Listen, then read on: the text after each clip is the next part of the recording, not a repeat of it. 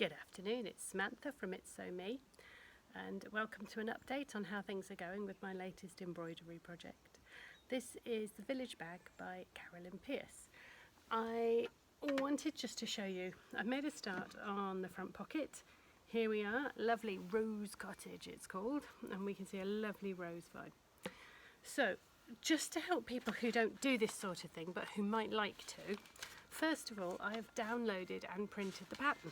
Now, you do have to do a bit of origami here, and it's printed in 2 sheets, and it's available from the Inspirations magazine to download.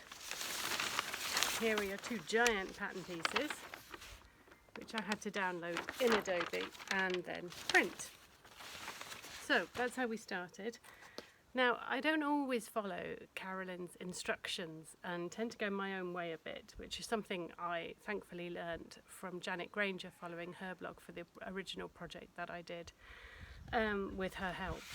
So this project, what I've done for the Rose Cottage, Carolyn discusses actually making the pocket in one piece and attaching it to the bag and embroidering it, sort of as you go.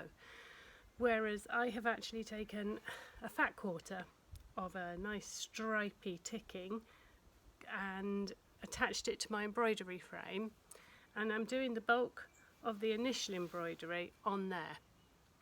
So again, it's what your personal preference is, but I find it easier to work on a frame.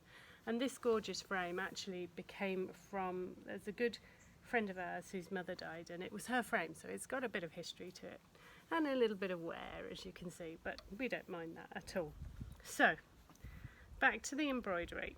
I've started this by very gently tracing on the door frames, the window frames, to make life easier for me, and just a little outline of the vine.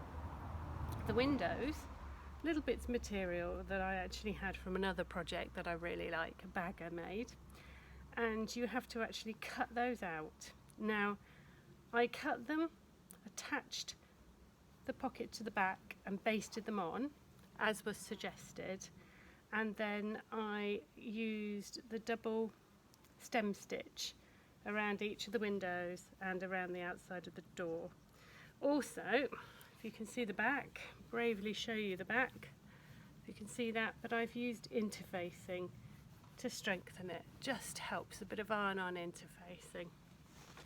Okay, the vine, I have done what she said, and I have couched down a piece of thread, so that is just catching it every so often to hold it down in the places that you want. And I've done my little, I don't know what you call them, little new growth on the vines in a lighter colour. And what else do I need to tell you? Oh, and my roses, they are done in rosette stitch. If you look up rosette stitch with a French knot in the middle. And I've done this. Caroline in the pattern actually suggests that you use, I always think of it as a wagon wheel stitch, but I actually prefer this. I think this gives a little bit more of a raised rose, and they don't need to be too big. In fact, there's a couple there that I think are slightly too big. So, a couple of other things. These projects are enormous when it comes to buying different threads and what have you. So, I like to try and keep the price down a little bit, and I bulk buy my threads on the internet.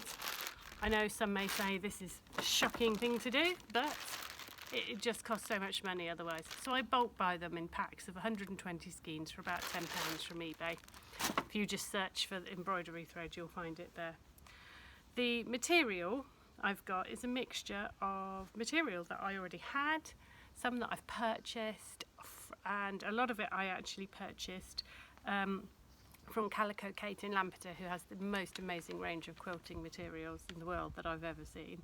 And some of it was donated, some by my mum and other people. So got a fair selection to choose from, and as I say, I do just buy things if I find that I've not got what I want. I did buy this ticking from the internet, and I also have, where's it gone? This is the roofing cotton that I'm going to use. I've just outlined the roof pattern on there. I'm not sure that shows up on the film. Okay, but as you can see, that will go on there. I think that tones quite nicely. And that will make one of the pockets. So that's where I'm up to at the moment. I've just been making a couple of the little pots as well.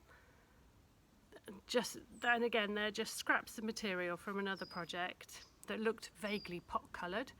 And I cut up, she mentions using acetate, and I've actually cut up an old tomato box from the supermarket into the size pieces that I need, and then I've just used a little wadding as padding. And I think one of these, I'm not quite sure it's that one, but when it's attached to the bag, goes somewhere over here, I think. Has a lovely hydrangea to embroider out of it. So that's all we're up to at the moment, and just to show you a few of the materials that I've purchased along the way. It's for the inside of the bee pocket, and these are some of the others for various bits and pieces that we need to do on the project, but aren't they gorgeous? So lovely. Well, thank you for watching. Please subscribe, please comment. Thank you so much for your time, and I'll let you know how I'm getting on. Thank you.